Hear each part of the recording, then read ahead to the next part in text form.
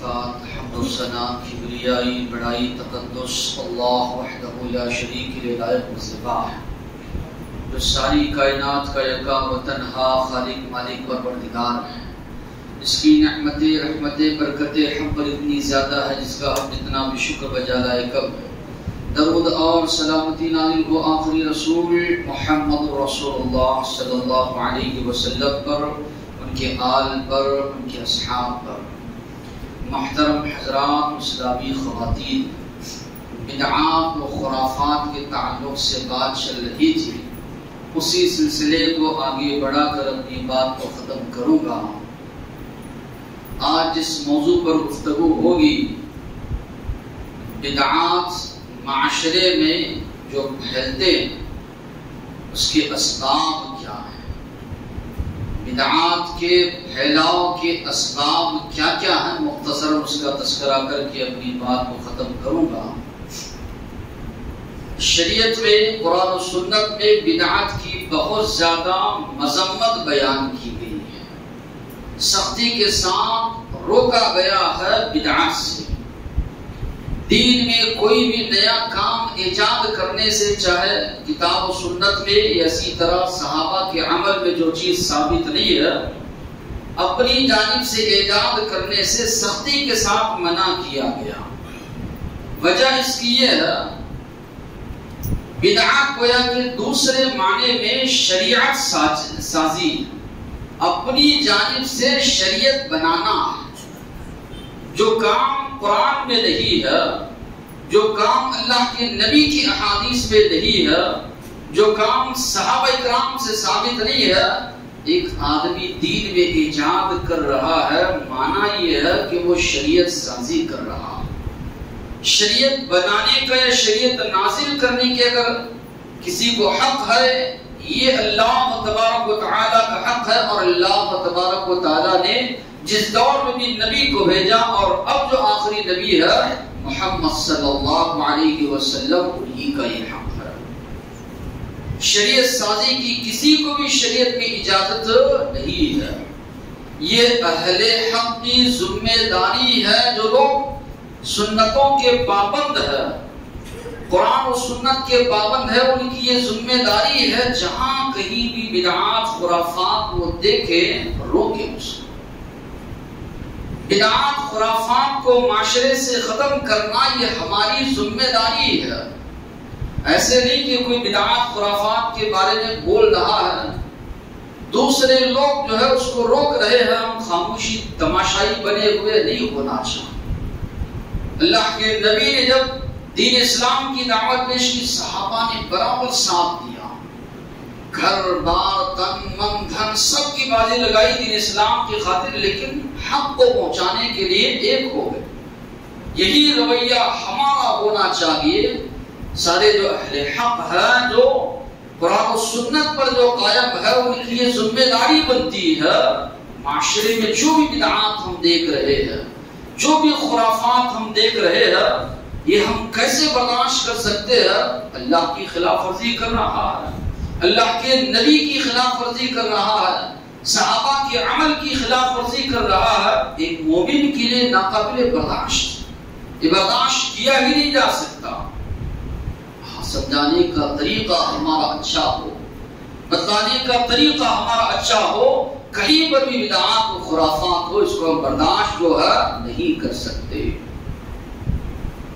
شرک یہ اول نمبر ہے اعمال اور عقائد کے بگاڑ میں۔ بدعات و خرافات اس کا دوسرا نمبر آتا ہے اعمال کے بگاڑنے میں، عقائد کے بگاڑنے میں۔ شرک کی وجہ سے جہاں پر بہت سی برائیاں لوگوں میں عام ہوئی، اسی طرح بدعات و خرافات کی وجہ سے بھی بہت سے گناہ کے کام لوگوں کے درمیان جو ہے رائج ہوئی۔ تو یہ بھی اہل حق کی ذمہ داری ہے کہ ہم جو ہے لوگوں تک صحیح بات کو پہنچائیں۔ صحیح بات کیا ہے؟ لوگوں کو بتائیں، ورنہ حق ہم اپنے پاس رکھ کر رہیں گے، اللہ کے پاس پکڑ ہوگی، پوچھ ہوگی۔ اس لیے سورہ عصر میں جو 4 صفات بتائے گئے کامیاب ہونے والوں کے، اس میں صبر بھی ہے، حق بات پہنچانے کے بعد جو اس راستے میں جو تکلیفات آتی ہیں، جو پریشانیاں آتی ہیں، جو مصیبتیں آتی ہیں، اس میں صبر کرنا ہے. لیکن ہمیشہ ہم کو لگے رہنا ہے شرک کے خلاف، کفر کے خلاف، بدعات کے خلاف، خرافات کے خلاف، رسم و رواج کے خلاف. پیدائش کا مقصد ہی یہ ہے. اس سے ہم کو پیچھے ہٹنا نہیں ہے. لوگ برا جانتے ہیں، برا مانتے ہیں، بولیں گے تو منہ خراب کر لیتے ہیں، چہرہ بگاڑ لیتے ہیں. اس کی پرواہ ہم نہیں کریں گے. برابر جو ہم کو بتانا ہے، اللہ کے نبی کے صحابہ جب اللہ کے نبی کے ہاتھ پر بیعت کرتے، نقول الحق اینما کنا، جہاں کہیں رہیں گے اللہ کے نبی حق بات کریں گے. کوئی ملامت کرتا ہے، کوئی برا بھلا کہتا ہے، کوئی گالی گلوچ کرتا ہے، اس کی پرواہ ہم نہیں کریں گے. تو یہ چیز آج ہمارے اندر ہونا ضروری ہے، لازمی ہے. تبھی ہم جو حالات کا مقابلہ کر سکتے ہیں. معاشرے سے بدعات خرافات ہو یا اسی طرح شرک اعمال ہو، ان کو ختم کر سکتے ہیں. معاشرے میں بدعات خرافات کیوں جنم لیتے ہیں؟ حق کے ہونے کے باوجود بھی سارے مسلمانوں سے سوال کیجیے، قرآن مجید کا کیا مقام مرتبہ؟ سب کہیں گے اللہ کی کتاب ہے. چومیں گے، اس کو اٹھائیں گے، سینے سے لگائیں گے. لیکن جہالت کی وجہ سے سب سے زیادہ بدعات و خرافات بنتی. اولین جو سبب ہے، پہلا جو سبب ہے وہ جہالت ہے. علم کا لوگوں کے درمیان نہ ہونا. قرآن و سنت کا مطالعہ آپ کریں گے تو یہ بات سامنے آئے گی. بہت زیادہ ابھارا گیا دینی علم حاصل کرنے پر. کہا گیا طلب العلم فریضۃ علی کل مسلم، ہر ایک مسلمان پر دینی علم سیکھنا اللہ کے نبی نے فرمایا ضروری ہے. انما یخشی اللہ من عبادہ العلماء، اللہ تبارک و تعالیٰ سے بہت زیادہ ڈرنے والے اہل علم ہے. اللہ نے کہا جب انسان جاہل ہو، جہالت اس کے پاس ہو، اللہ کی معرفت، اللہ کو وہ نہیں جانتا، توحید کو وہ نہیں جانتا، شرک کیا ہے وہ نہیں جانتا، بدعات خرافات کیا ہے وہ نہیں جانتا، تو اس سے بچ وہ نہیں پائے گا. اس لیے بہت زیادہ ابھارا گیا. اللہ کے رسول صلی اللہ علیہ وسلم نے فرمایا آخری زمانے میں علم، دینی علم اٹھا لیا جائے گا. بقبض العلماء، علماؤں کی موت کی وجہ سے سارے کے سارے علماء ایک کے بعد دیگر ختم ہو جائیں گے. لوگ دینی معاملات میں سوال کرنے کے لیے لوگ تلاش کریں گے، عالم نہیں ملے گا. جاہلوں کو اپنا سردار لوگ بنائیں گے. جہالت کی بنیاد پر وہ فتوے دیں گے، خود بھی گمراہ ہوں گے اور اسی طرح دوسروں کو بھی گمراہ کریں گے. معاشرہ جو عرب کا تھا، ساری برائیاں وہاں پر موجود تھی. سب سے پہلی آیتیں جو آخری نبی محمد رسول اللہ صلی اللہ علیہ وسلم پر نازل ہوئی کیا؟ اقرا. اللہ نے کہا بڑھیا، اس رب کے نام سے جس نے پیدا کیا ہے. اقرا بسم ربک الذی خلق، خلق الانسان من علق، اقرا وربک الاکرم. آپ پڑھیے، آپ کا رب بڑا کرم والا ہے. معلوم یہ ہوا جب وحی کا علم ان کے اندر آیا، ساری کی ساری جہالت جب وہاں سے ختم ہوئی، ساری برائیوں کا خاتمہ ہوا. اللہ کے نبی کی بعثت سے پہلے کا جو دور ہے اس کو زمانہ جاہلیت کہا جاتا ہے. اس لیے کہ وہاں پر علم کی روشنی نہیں تھی، دین کی روشنی نہیں تھی، کتاب و سنت کی روشنی نہیں تھی. ہر جانب ہر سمت جو ہے جہالت عام تھی. کتاب و سنت کی تعلیمات جب وہاں پر عام ہوئی، ساری کی ساری جہالت وہاں سے ختم ہو گئی. جہالت کا جو ہے وہاں سے خاتمہ ہوا. تو جس معاشرے میں بھی جہالت عام ہوگی وہاں پر بدعات و خرافات کا رواج ہوگا. بدعات و خرافات بہت زیادہ وہاں پر جو ہے پھیلنا شروع ہو جائیں گے جہاں پر جہالت ہوگی. آج کتنے مسلمان ہیں جو قرآن مجید کو اٹھاتے ہیں، پڑھتے ہیں اور یہ سوچتے ہیں کہ یا سمجھنے کی کوشش کرتے ہیں کہ ہم یہ جو دین کا مسئلہ جو عمل کر رہے ہیں دین جان کر، کیا واقعی بھی کتاب و سنت میں یہ موجود ہے، قرآن و سنت میں یہ موجود ہے. توفیق نہیں ملتی اکثر لوگوں، بس فلاں نے کہا ہم کرتے چلے جا رہے ہیں، فلاں نے کہا ہم مان لیے. تو جہالت بہت زیادہ جہاں پر عام ہوتی ہے، کتاب و سنت کی تعلیمات جہاں سے مٹ جاتی ہے، کتاب و سنت کو دیکھنا لوگ چھوڑ دیتے ہیں، تو سمجھ لیجیے اس معاشرے میں بدعات خرافات جو ہے بہت زیادہ جنم لینے لگتی ہے، اس لیے کہ لوگوں کے اندر یہ مادہ ہی نہیں۔ سوال کریں سامنے والے سے کہ کیا واقعی میں قرآن میں موجود ہے، کیا واقعی میں یہ چیز اللہ کے نبی کی احادیث میں موجود ہے؟ جی حالت جب عام ہو جائے تو انسان سے یہ سوال اٹھتا ہے۔ دوسری جو وجہ معلوم ہوتی ہے وہ یہ ہے خواہشات کی پیروی۔ انسان نفسانی خواہشات کے پیچھے لگ جائے، دین شریعت کو جو ہے بازو رکھ دے، اپنی نفسانی خواہشات کی تکمیل میں جو ہے لگ جائے۔ اللہ تبارک و تعالیٰ نے فرمایا وَلَا تَتَّبِعِ الْهَوَىٰ، اپنی نفسانی خواہشات کی اتباع مت کرو، فَيُضِلِّكَ عَنْ سَبِيلِ اللَّهِ، تم کو گمراہ کر دیں گی، نفسانی خواہشات بہکا دیں گے اللہ کے راستے سے۔ اللہ تعالیٰ فرما رہے ہیں جو قوم نفسانی خواہشات کے پیچھے لگ جاتی ہے وہاں سے دین اور شریعت کا جو علم ہے اٹھ جاتا ہے۔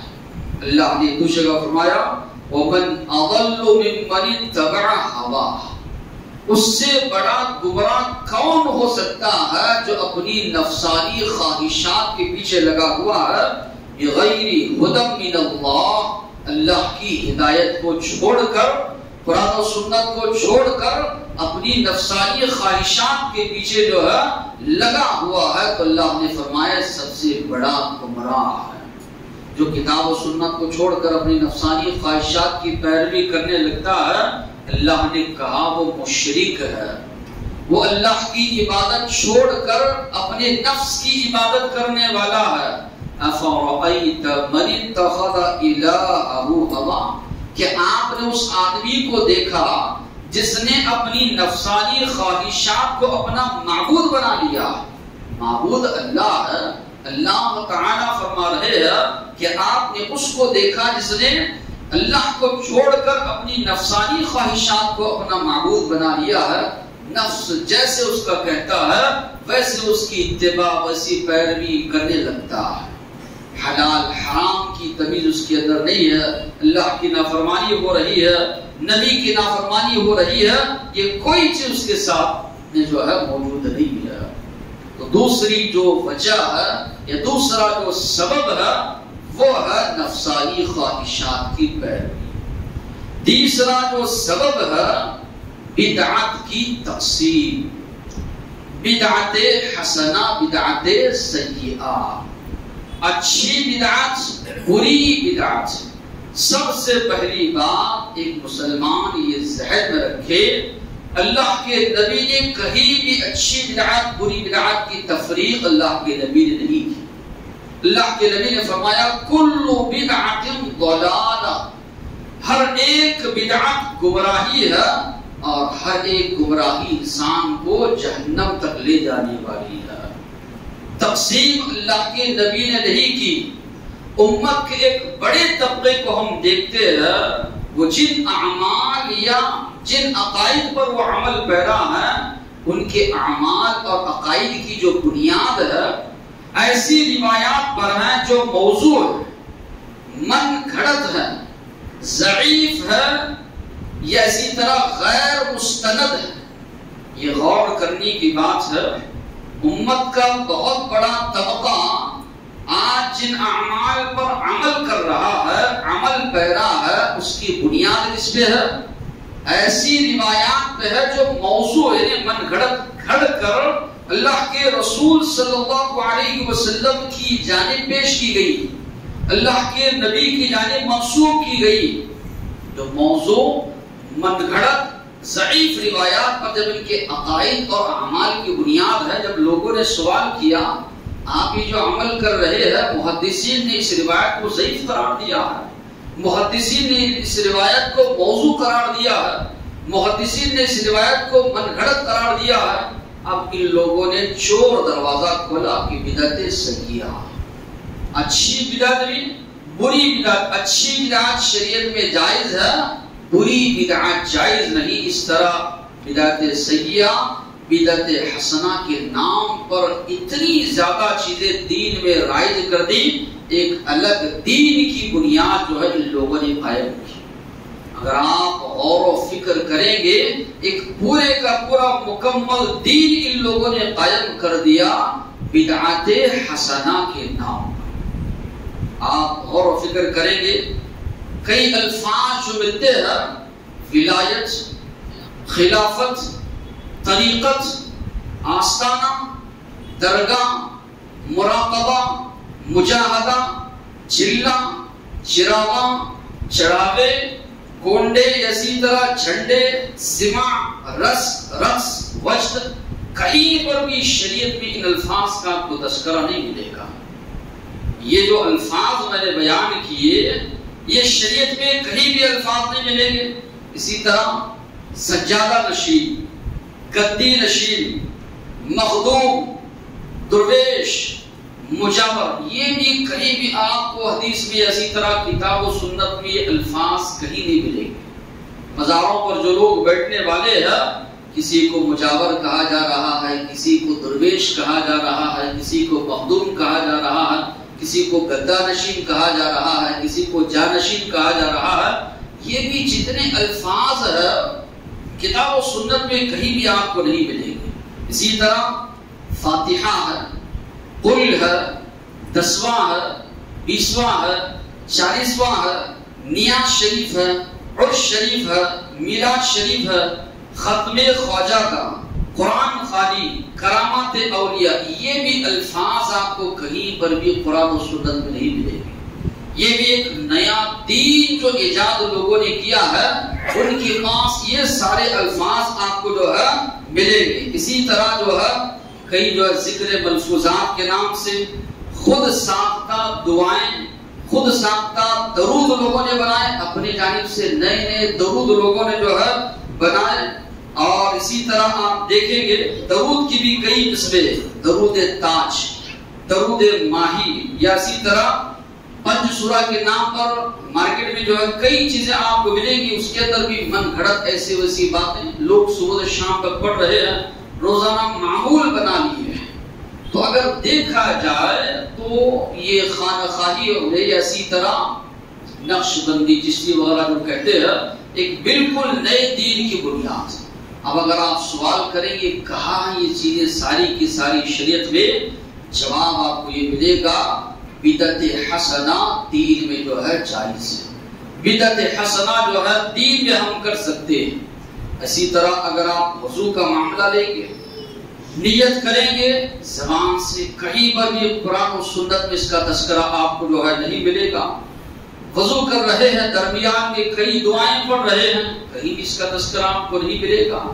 وضو کی شروعات آغاز اللہ کے نبی بسم اللہ کہہ کر کرتے تھے. وضو کے بعد اشہد ان لا الہ الا اللہ وحدہ لا شریک لہ واشہد ان محمدا عبدہ ورسولہ، یہ دعا اللہ کے نبی سے ثابت ہے. اللہ کے نبی نے فرمایا جنت کے 8 دروازے کھول دیے جاتے ہیں جو وضو کرنے کے بعد یہ دعا پڑھتا ہے. اب وضو کے درمیان جو ہے کئی دعائیں بنائی گئی. اسی طرح گردن کا مسح کرتے اس کا بھی جو ہے کہیں بھی تذکرہ ہم کو حدیث میں جو ہے نہیں ملتا. اسی طرح اذان کا جب معاملہ آئے، کئی لوگ جو ہے قبروں پر کھڑے ہو کر اذان دے رہے ہیں، وفات پانے والے کے کان میں اذان دے رہے ہیں کئی جگہوں پر جو ہے، یا اسی طرح اذان سے پہلے درود پڑھ رہے ہیں. اللہ کے رسول صلی اللہ علیہ وسلم سے ثبوت ملتا ہے اذان کے بعد نبی کریم صلی اللہ علیہ وسلم نے درود پڑھنے کا تذکرہ کیا. جب اللہ کے نبی کا نام آتا ہے اشہد ان محمد رسول اللہ، لوگ جو ہے انگوٹھے چومنے لگتے ہیں، آنکھوں کو جو ہے انگوٹھوں کو اسی طرح شہادت کی انگلی کو ملنے لگتے ہیں، لگانے لگتے ہیں. کہیں بھی اس کا تذکرہ آپ کو نہیں ملے گا. یا جو روایت ملتی ہے وہ موضوع قسم کی من گھڑت روایت ہے. جس طرح کہ میں نے کہا کہ جو موضوع اور من گھڑت روایات ہے اس پر عمل پیرا ہے. جب لوگوں نے سوال کیا تو یہ لوگ بدعت حسنہ کا دروازہ بھی لوگوں نے جو ہے کھول دیا. اسی طرح نماز کا مسئلہ آپ دیکھیں گے، نیت کے ساتھ نماز پڑھنا، بغیر اطمینان کے جلدی جلدی جو ہے نماز پڑھنا، جو کہ نبی کی سنت کی بالکل مخالف ہے. آپ صلی اللہ علیہ وسلم نے کہا اس آدمی کی نماز ہوتی ہی نہیں جس کی نماز میں اطمینان نہ ہو. اللہ کے نبی نے کہا وہ نماز کا چور ہے جو رکوع اور سجود میں جو ہے اطمینان کے ساتھ جو ہے نماز نہیں پڑھتا، یا اسی طرح نماز ہونے کے بعد اجتماعی شکل میں سارے کے سارے لوگ مل کر دعا مانگنا کہ امام جو ہے دعا کرتا رہے، سب لوگ آمین کہتے رہے، کہیں بھی احادیث میں اس کا تذکرہ نہیں ملتا آپ کو کہ فرائض کے بعد اللہ کے نبی جو ہے اجتماعی شکل میں دعا کرتے تھے، صحابہ کرام اس دعا پر آمین کہتے تھے، کہیں پر بھی آپ کو اس کا تذکرہ نہیں ملے گا۔ یہ بھی لوگوں نے جو ہے بدعت رائج کی، سلام پھیرنے کے بعد سر پر ہاتھ رکھ لیتے ہیں، زور سے کلمہ پڑھنے لگتے ہیں، لا الہ الا اللہ محمد رسول اللہ، جبکہ اس کا بھی آپ کو کہیں تذکرہ نہیں ملتا۔ اللہ کے نبی سے تذکرہ ملتا ہے اللہ اکبر ایک مرتبہ کہتے، استغفر اللہ 3 مرتبہ کہتے، اس کے بعد دیگر دعاؤں کا تذکرہ ملتا ہے۔ نہ سینے پر ہاتھ رکھنے کا تذکرہ ملتا ہے، نہ سر پر ہاتھ رکھنے کا تذکرہ ملتا ہے، نہ ہی جو ہے مسجد کی جانماز پر ہاتھ پھیرنے کا تذکرہ ہم کو کہیں بھی ملتا ہے۔ یہ ایک کیا، اس کا دیکھ کر دوسرے نے کیا، تیسرے نے کیا، کسی کو یہ توفیق نہیں معلوم کریں کہ کیا واقعی میں چیز موجود ہے یا نہیں۔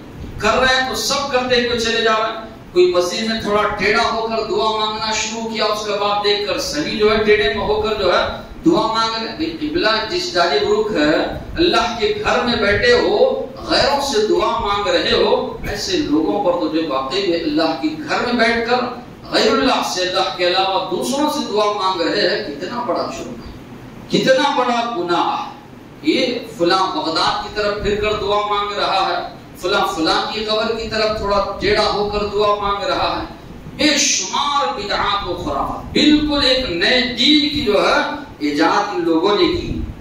تشہد پڑھتے ہیں، سیدنا مولانا شفیعنا، یقیناً اللہ کے نبی ہمارے سب کے سردار ہے، ہم سب کے آقا ہے، ہماری سفارش کرنے والے ہیں، کہ اللہ کے نبی نے الفاظ سکھائے، اللہ کے نبی نے نہیں سکھائے۔ اب جب کہا جائے تو کہتے ہیں اللہ کے نبی کے احترام میں اتنے بہتر الفاظ ہم کہہ رہے ہیں، وہ الفاظ سے روک رہے ہیں، الفاظ سے نہیں روکا جا رہا، الفاظ یقیناً آپ کے، لیکن درود میں اللہ کے نبی نے نہیں سکھایا، وہاں آپ کہہ رہے ہو تو یہ بدعات ہے، یہ خرافات ہے، دین میں جو ہے اور چیزیں جو ہے اضافہ کرنا ہے۔ قضائے عمری لوگوں نے نکالی، نماز کی توفیق نہیں تھی، ایک آدمی ادھر ادھر گھومتا رہا زندگی پر، اللہ نے درمیان میں توفیق دی، اس کو کہتے ہیں پچھلی تیری جو نمازیں چھوٹی ہے وہ نمازوں کو پورا کرو۔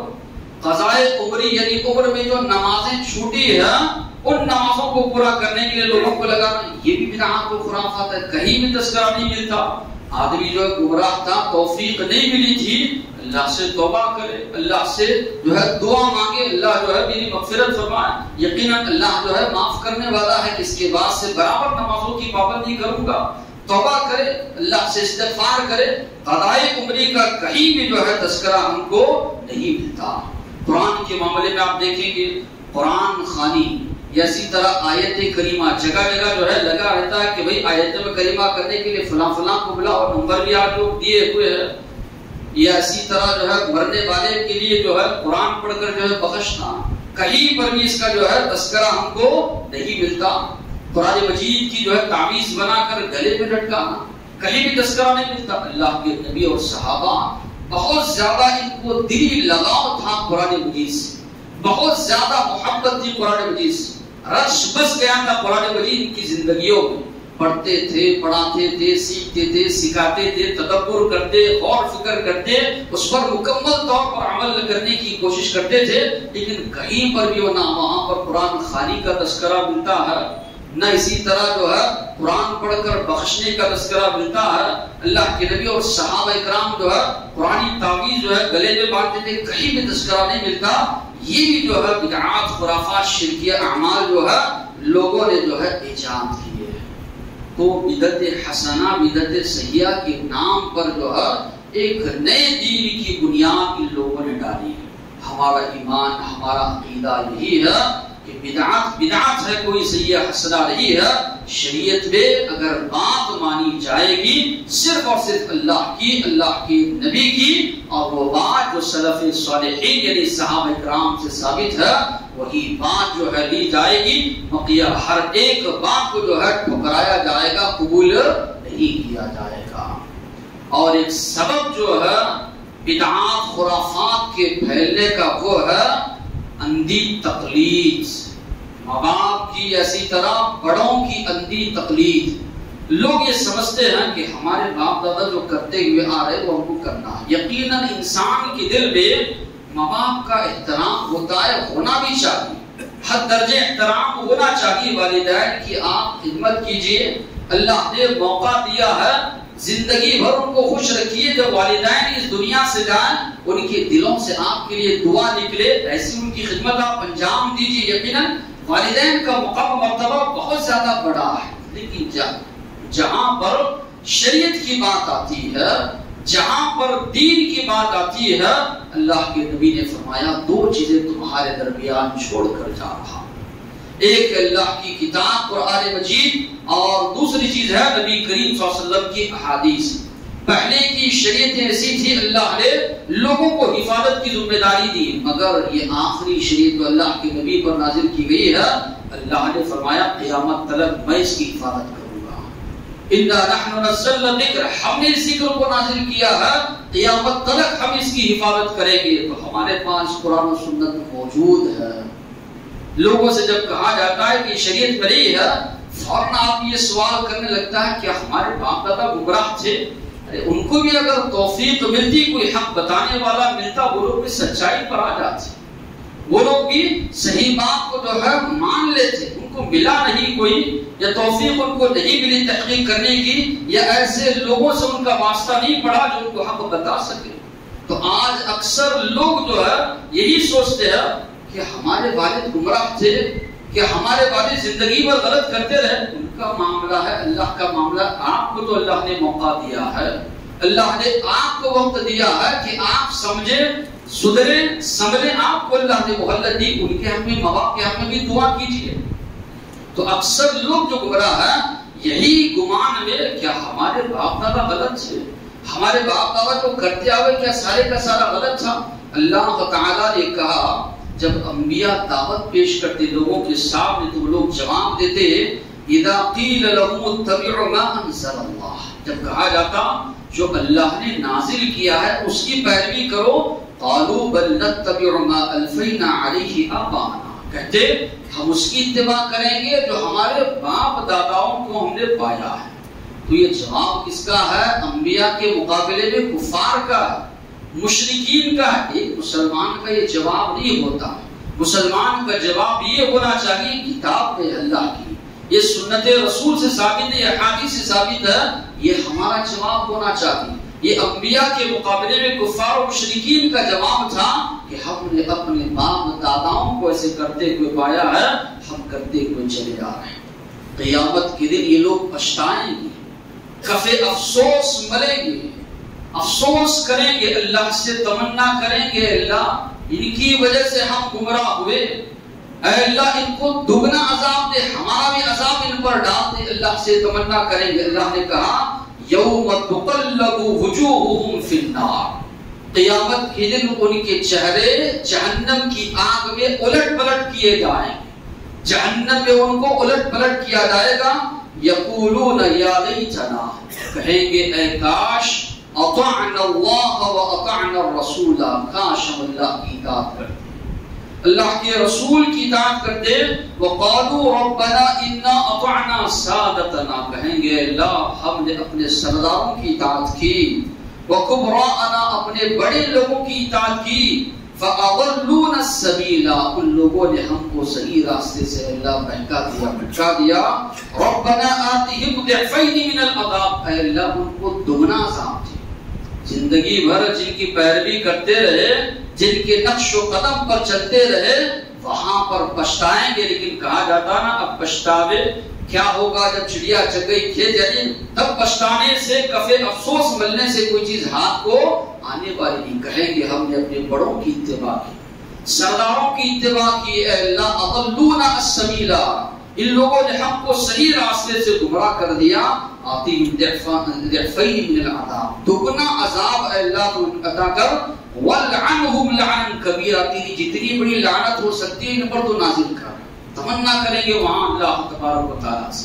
دوسری جگہ اللہ نے فرمایا یوم یعض الظالم علی یدیہ، ظالم جو دنیا میں شرک کرتا رہا، بدعات خرافات میں ملبس رہا، دانت کے اندر اپنی انگلی چباتے ہوئے کہے گا یا لیتنی اتخذت مع الرسول السبیلا، کاش کہ میں رسول کا راستہ اختیار کر لیتا، تو آج یہ دن مجھے دیکھنا جو ہے نہ پڑتا۔ تو یہ بہت بڑی بات ہے کہ آج کل لوگ جو گمراہ ہو رہے ہیں، ایک بڑا سبب جو ہے یہ سوچنا، یہ سمجھنا کہ کیا ہمارے باپ دادا گمراہ تھے، ان کا معاملہ ہے، اللہ کے ذمے چھوڑو، اللہ نے موقع دیا ہے، وقت دیا ہے، کوشش کرو کہ صحیح چیز کیا ہے۔